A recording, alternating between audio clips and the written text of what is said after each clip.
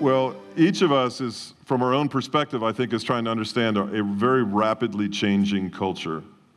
Nowhere in my lifetime do I remember a time when things were changing as fast as not technologically, I mean morally, culturally, perspectives changing, definitions changing, sacraments changing, a lot of things going on, a lot of rapid change. And we want to Dr. West and I, Dr. Tom West and I have wanted to put together kind of a forum whereby we understand the rapidity of those changes, how we would meet people where they are with the perceptions that they have of what's going on in the world, how we would communicate with those people considering where they are, and what action steps can every person take in culture to change culture, to influence culture. So over the next 4 weeks, we're going to talk about, first of all, tonight, kind of a foundational matter, a right of conscience. We're going to define that and talk about that as it has to do with rights. I think you'll find this interesting. In week 2, we're going to talk about God's revelation of of himself to man, and how we meet people where they are and communicate that revelation, how we discern that, how we share things with them in a way that's going to meet them where they are. The 3rd week, we're going to talk about something very interesting, and you may not think this is appropriate for you, but believe me, my friend, is very appropriate and will become more appropriate, is bioethics.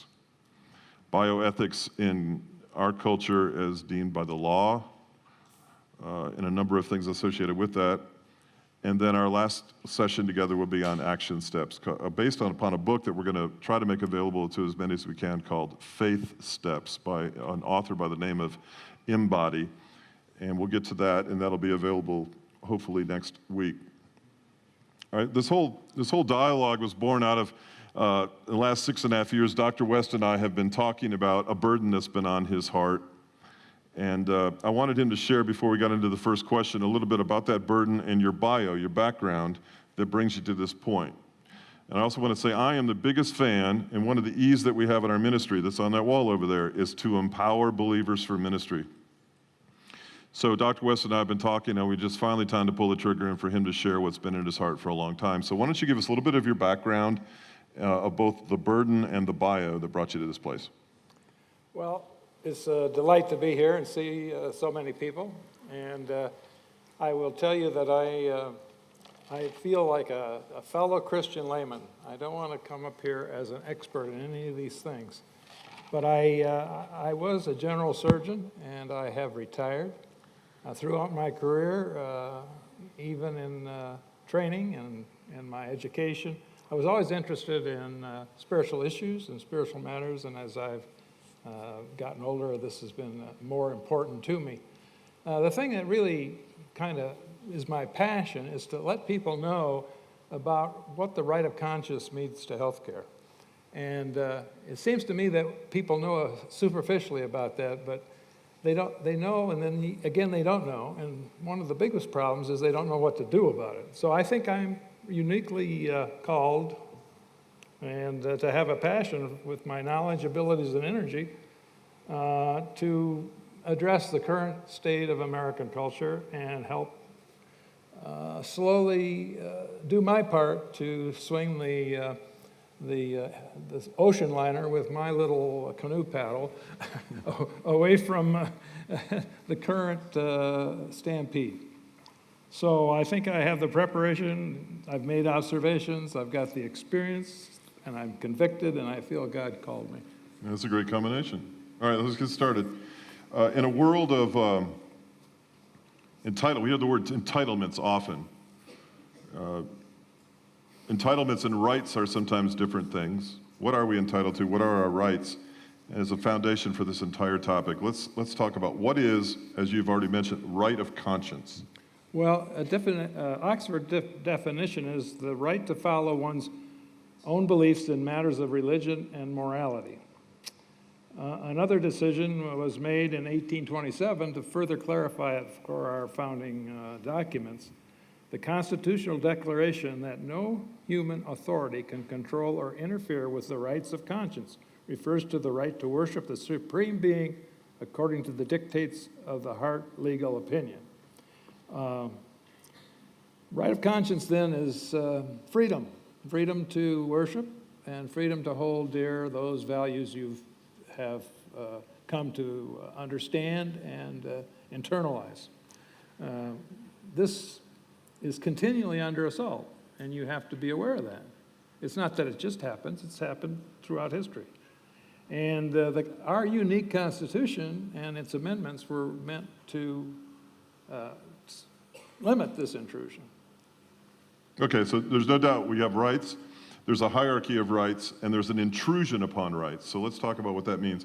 What are our rights? What can every person in this culture, this country, say as their rights? Well, again, those are the basic rights and freedoms, the basic freedoms to which all humans are considered to be entitled.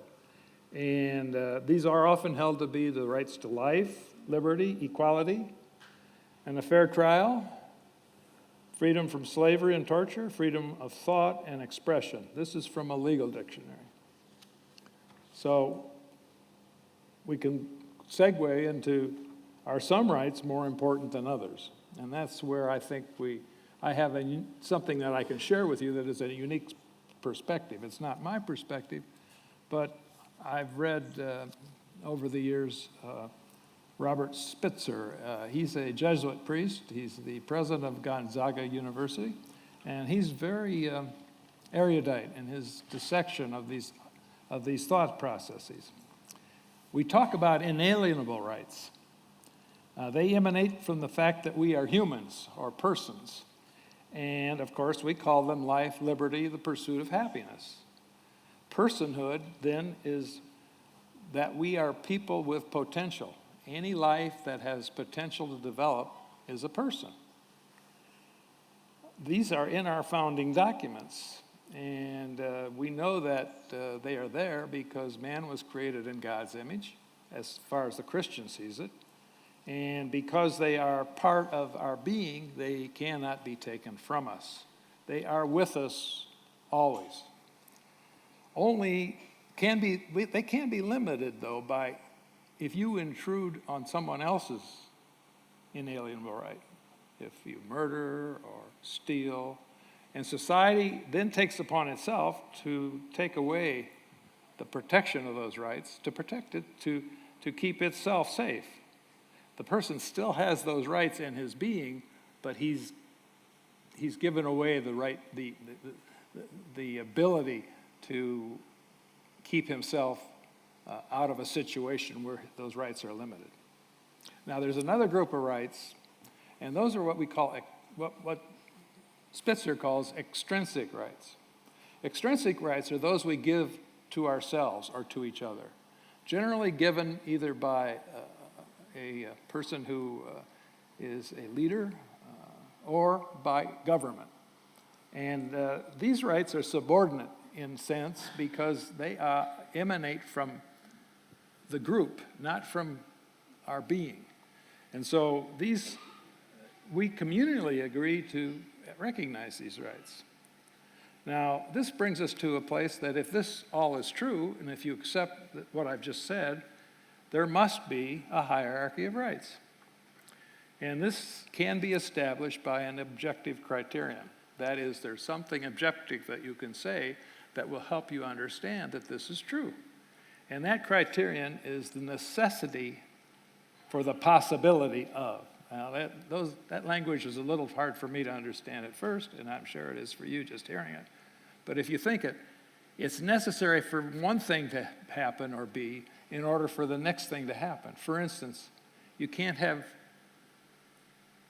liberty unless you're alive, and you can't have liberty if you're enslaved or you've lost your, or rather you can't pursue happiness if you aren't free. So let me go over that again.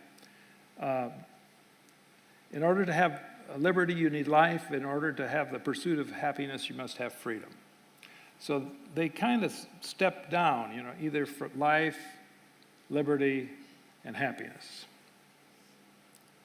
Now, therefore, all the extrinsic rights I was talking about are created and lesser than intrinsic rights. You can't.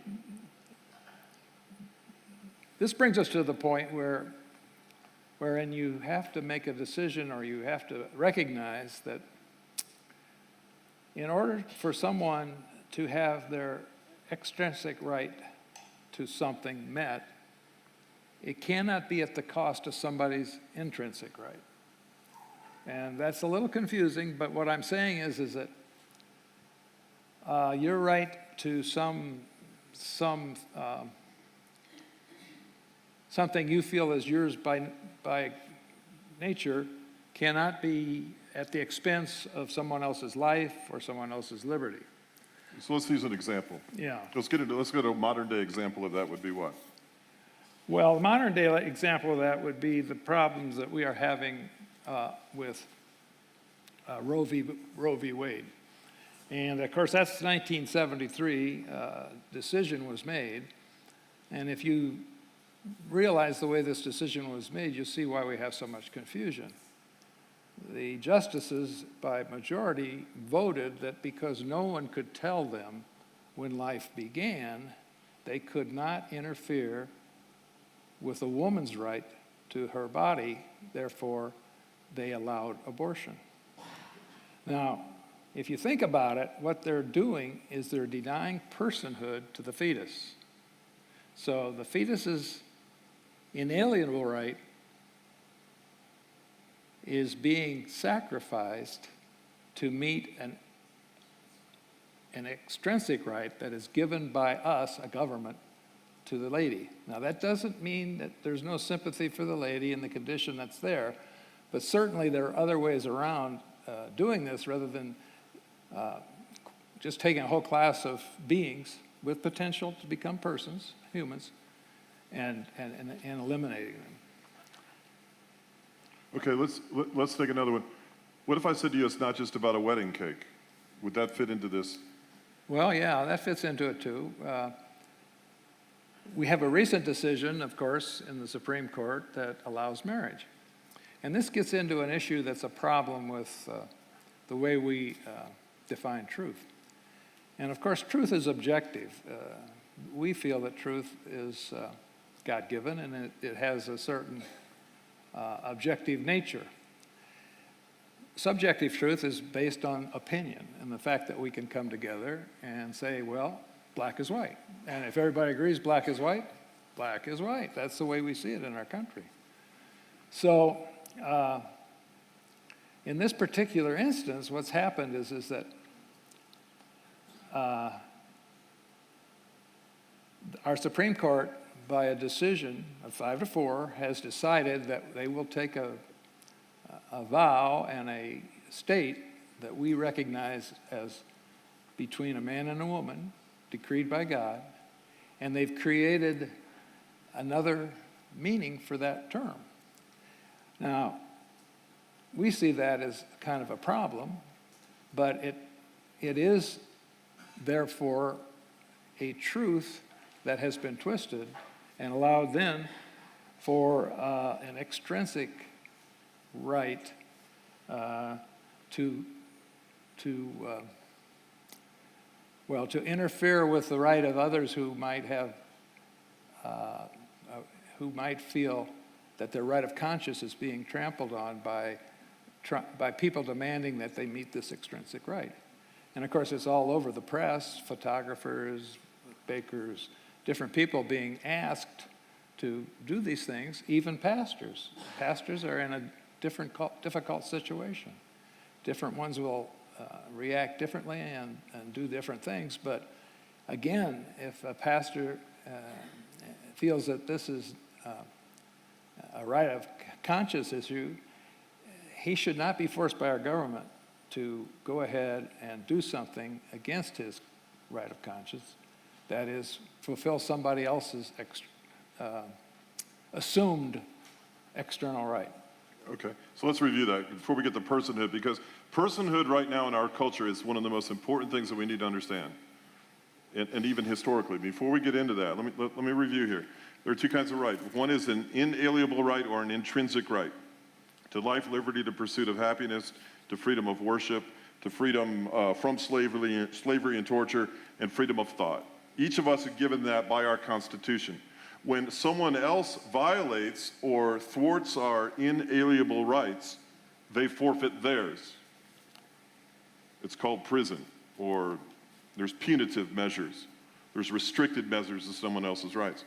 But when someone's subjective, man-given extrinsic right violates my and your inalienable rights in a hierarchy of rights where intrinsic or inalienable are God-given and more important, that's where we have issues in culture. That's where the controversy comes from. That's right. Okay, so can we stop for a moment and let's focus on this concept of personhood. And before you go into the history of this, which I think is fascinating, up to the moment, examples that I can think of are obviously, and you're going to touch on this, personhood of a fetus. I've picked up, and you have too, I'm sure, on a movement, Black Lives Matter. Okay, why would a movement call themselves Black Lives Matter? Because the perception is there's a lack or loss of personhood, of human value, right? In addition to that, as we've talked about it numerous times, human slavery, sex trafficking, what is that?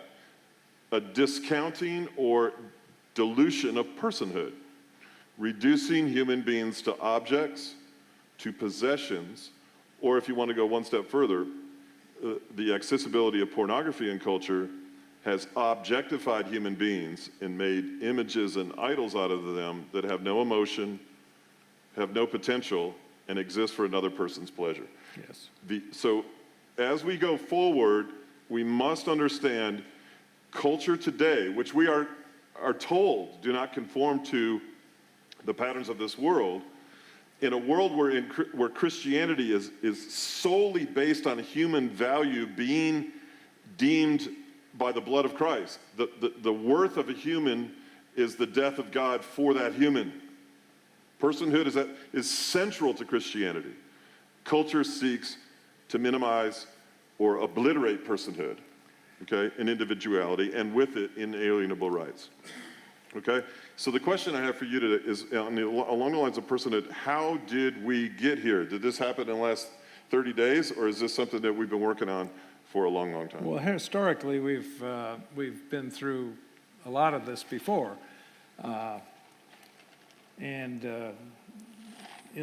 the next session, we'll be more specific about how we got here, because there's some interesting ideas about God's general revelation to man and how man rejects that before even Christ came. So those ideas really need to be explained, in my opinion, for you to interface with man, other people who are non-believers.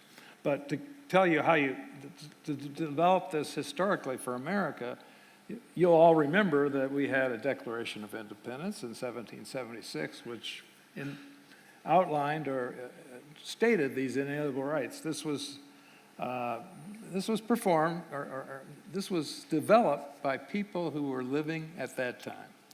We're told they're imperfect people and that they had problems themselves. And I wouldn't doubt that's true, because everyone in this room is imperfect and has problems themselves. But they were informed by history and philosophy, and most of all, by Judeo-Christian ethics and the God that created them. So we have, to this time, the best documents on earth for a country to govern itself. And their beliefs gave us life, liberty, and the pursuit of happiness as these rights. And they were further codified, and subsequently they needed an amendment, they felt, number one, that denied the state the ability to limit the freedom of religion, because they were very adamant about that. Not only did it do that, it prohibited the state to establish a state religion. So that was something they felt that was absolutely necessary. But just think about it. These people were imperfect.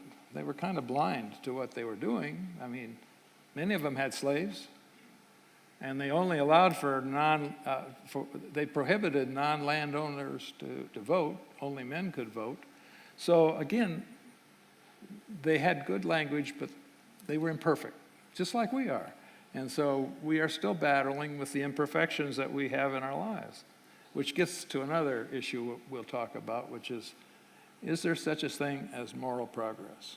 And I think that's interesting to think about. But let's go on with what these intentions.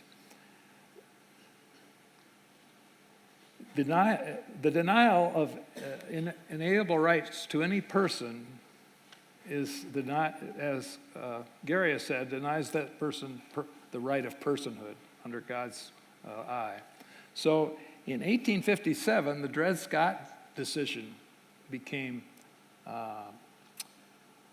law under the Supreme Court, wherein all blacks were denied personhood. They were not considered persons in the United States. And of course, we know what that led to, a great civil war and many, many lives lost.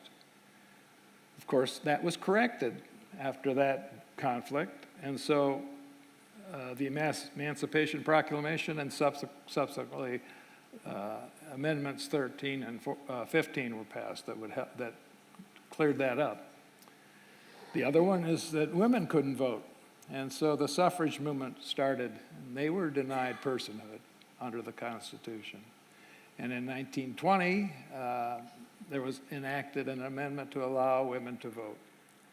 So then we get to the 1973 decision with the Supreme Court of Roe v. Wade, and we've already talked about the denial of personhood for the fetus and the disaster that has brought our country into.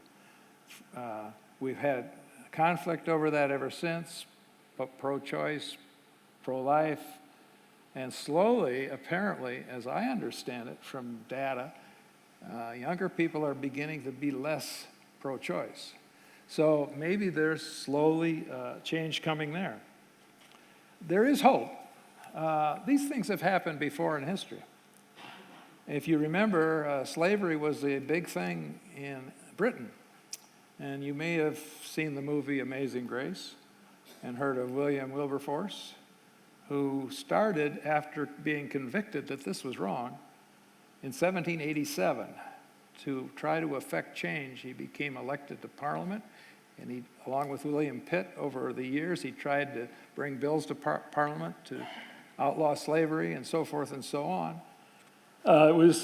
He started in 1887, and 1787 and 1807, they finally passed a bill prohibiting slave trade in England.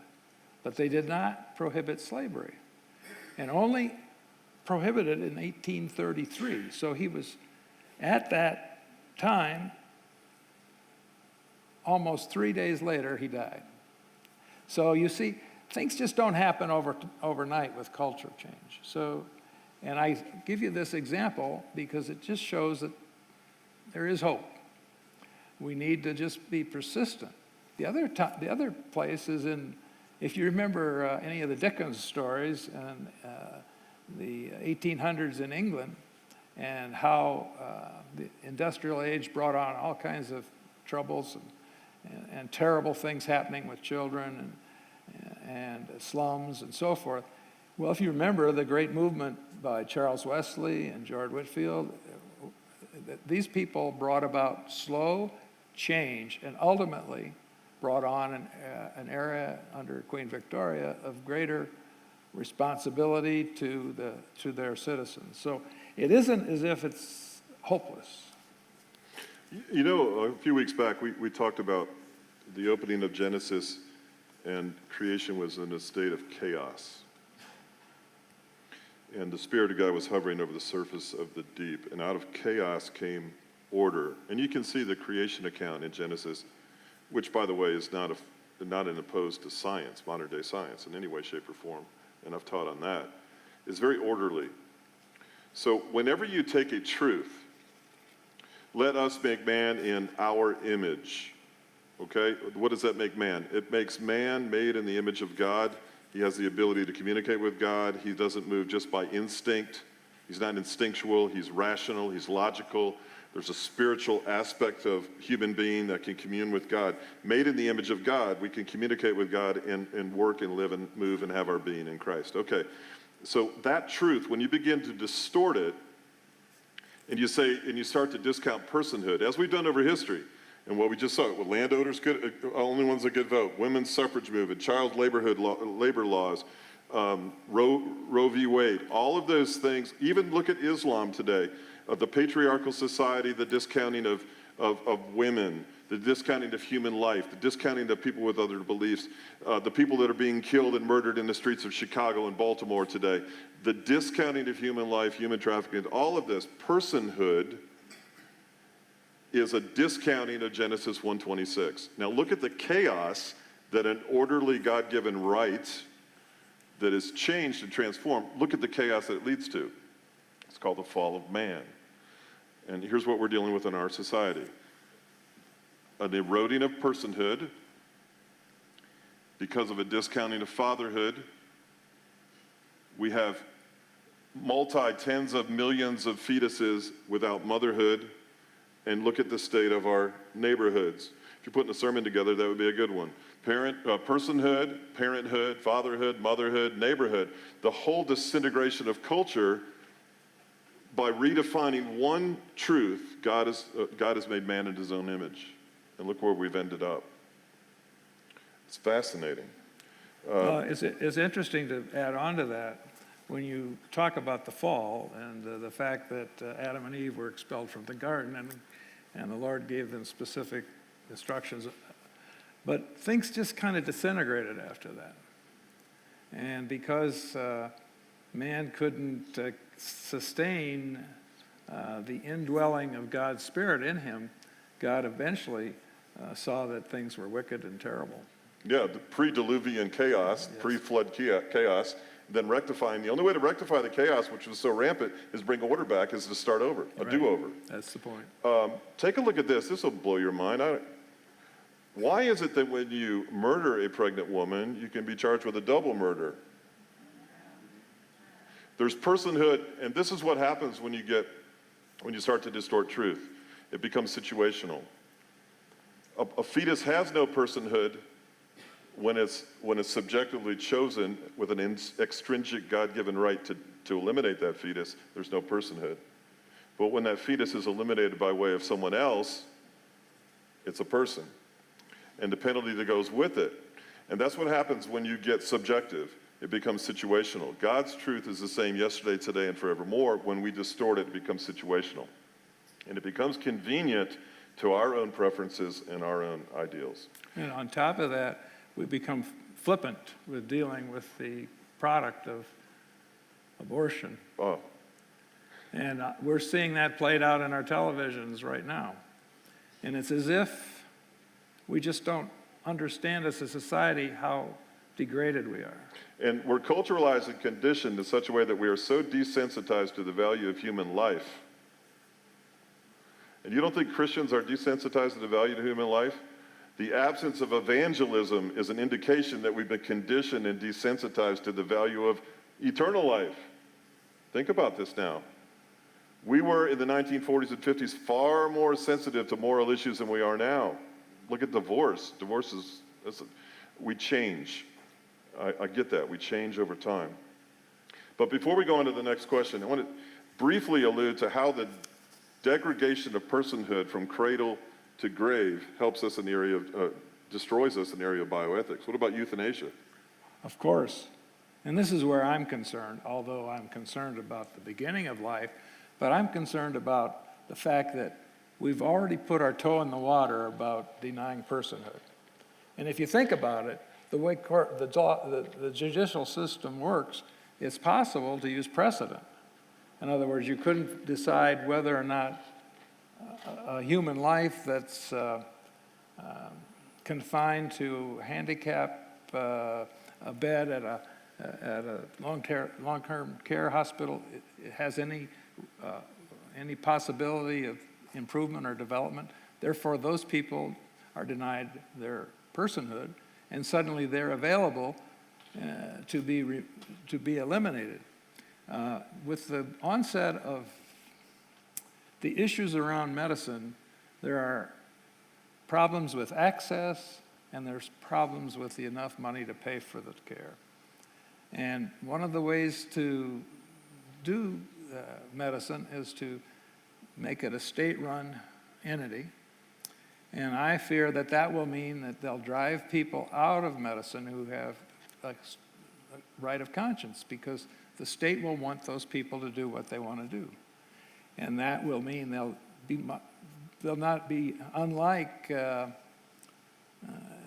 this is a jumping into another realm, but they'll be like people in the service, the armed services. And we know they have chaplains there, but these chaplains are also forbidden to do certain things that are normal to their chaplaincy. So you know that this is possible, that because of the costs involved and the access, that there can be rationing, euthanasia. People will be encouraged to get assisted suicide. All these things are possible, and that's where I'm concerned. Yeah, and I think you also have to look at personhood and really think of what I'm trying to do as a pastor. I'm trying to get people to think. I say this all the time: be a thinker, right? Not a stinker. I look at this all the time. I watch TV at night, and I'm thinking about these things all the time. Stuff like this. Our congressman from this church, whether you agree with him or not, it's not the point. He made a motion to vacate the Speaker of the House because the Speaker of the House, in his opinion, was neglecting the members of Congress who were trying to communicate the voice of the people. Whenever we overly centralize government, we silence the voice of people. Again, we're discounting personhood. We're discounting the very intention behind a republic. Okay? So that's not a political statement. We do this all the time. We are, and I think it started, another thing historically to start is when we started assigning numbers to people, and we became numbers all the time. Social Security numbers and this and that. And isn't it interesting, at the very end of times with the mark of the beast, there is no personhood. It's over. Personhood ended. That's right. You know, in the end times, personhood, all we're moving on a continuum is to the absence of personhood. Yeah, we're inured to this concept, and we've become used to it. Now, I contend that we as Christians and society in general has become used to the living under our documents with the idea that they're going to protect us. And we see that these can be changed and used and ignored.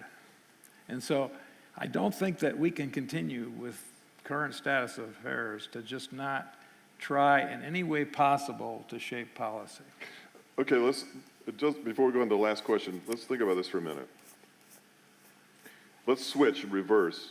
Let's take the issue of same-sex marriage for a moment. And let's not deny personhood. Okay? Let's not deny personhood. If you look at this from a religious perspective, every person in this country has the freedom of worship by law, correct? That's true. It is an inalienable intrinsic right. Is that correct? That's what we feel. Okay. When the codified. court by majority ruled to redefine marriage, which is part of an act of worship, correct? Right. An extrinsic right met an intrinsic right, and there's a conflict there. So if you were to go to a person and say that we demand that you marry these people, we're violating our intrinsic rights, correct? Absolutely. Okay. But we don't want to deny personhood. People that want to marry one another of the same sex are just as important as everyone else. They're people, right? They're people, yes. So we wouldn't want to deny personhood. No.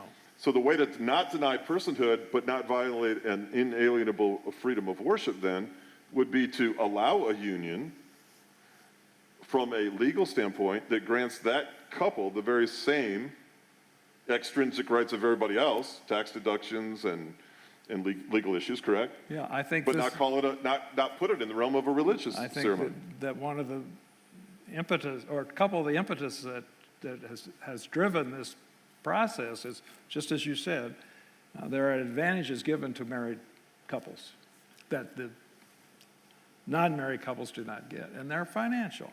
The other one is that with the AIDS epidemic that ravaged that community, often because they had no marital relationship or legal relationships, they were often denied access to be with or console their loved one in a hospital or in a nursing home or somewhere else because of our privacy laws, which have become very stringent in our country, as you know. My point is, in the name of religion, we better make sure we're not in John chapter 8 ready to cast stones at somebody, right? Who's caught in the act of adultery or anything else, because we're denying personhood. Absolutely. Which is exactly what these people, these religious zealots did back then. So anyway, it's something to keep in mind. I hope if nothing else today, you'd leave here tonight with this personhood thing on your mind, because it's a trend that we see happening in our culture that is incredibly important. And when you're on your deathbed in the hospice, and there's some committee deciding whether you get treatment, yeah, it'll be real important, won't it? Yeah, All right, last question, I think. I think so. What is the role of the Christian in public policy debates? Well, I think the overall scripture that we kind of put to this series of topics was Romans 3:4. For the one in authority is God's servant for your good. And 1 Peter 1:13 says, be alert and think straight. Put all your hope in how kind God will be to you when Christ appears. The point being that we are called to be thinkers, and we're called to use our minds to be active in God's kingdom. We all share responsibility for our leaders. In a democratic republic, we elect our representatives. And to deny the fact that you don't need to vote because God will do what he wants, you are an instrument with God to help get accomplished what he wants to get accomplished in a democratic republic. So that responsibility you have to take very seriously and very carefully look at the candidates and see where they stand. Now, no candidate is perfect. He won't represent everything everybody in this room wants represented, because I'm sure there's difference of opinions about what people want represented in this room. My concern is big on personhood and the right of conscience. Yeah. So that's very big in my mind. We have supposed Judeo-Christian values in our country, and we have to watch the fact that we've become complacent about those, to the point that we think somebody else is going to take care of that, or certainly those people in Washington understand that they're present in our documents. They do not, believe me. These values have created America. Why do you think people want to come here? I guess they want to come here because they can make a good living. But the reason they can make a good living is that they've got values that they don't have in their own country that are here, and they see them. They want them. On the other hand, as they're eroded, it's going to be difficult. So we can't expect the things to always remain the same. And I think we as Christians know that chaos is continually an issue for us to deal with. Change comes, often it's for the worst, and we need to continually be on guard and try to influence as best we can. And Christ said we're not to be of the world, but rather into the world. And the analogy is made to salt. If you think about salt, you put it on your food, it quickly dissolves. It's into everything. And that's where we should be with culture. Yep. And we're going to spend a whole session on that. Yeah. The last one. I think Yeah. I'm really looking forward to that. Yeah. Okay. Oh, and finally, just to say, unfortunately, this can often mean personal costs. Alienation, insult, bad feelings, loss of income, monetary issues. This is, Christ said there's a cost to following him. Yeah, no doubt. Well said. Okay. So we're going to have some Q&A in just a minute. So get your questions ready or comments. Personhood and desensitification. I remember when the first reporter was beheaded by ISIS, people were aghast by that. It was horrific. But by the time we got to the Coptic Christians on the beach in Egypt, all 21 of them, it was like, oh, there's another one. Mm-hmm. And there's another military base attack. There's another car bomb, there's another this, there's another that. And the challenge for people who are followers of Christ in the world that we live today, I think, is to be in the world but not of it. I think you said it right there. It is to continue to, as I said Sunday, be desperate. Be desperate for a sensitivity. Be desperate for a genuineness. Be desperate to meet the needs of the culture. The culture is screaming right now. Screaming as loud as they can possibly scream. What are they saying? We are people. We matter.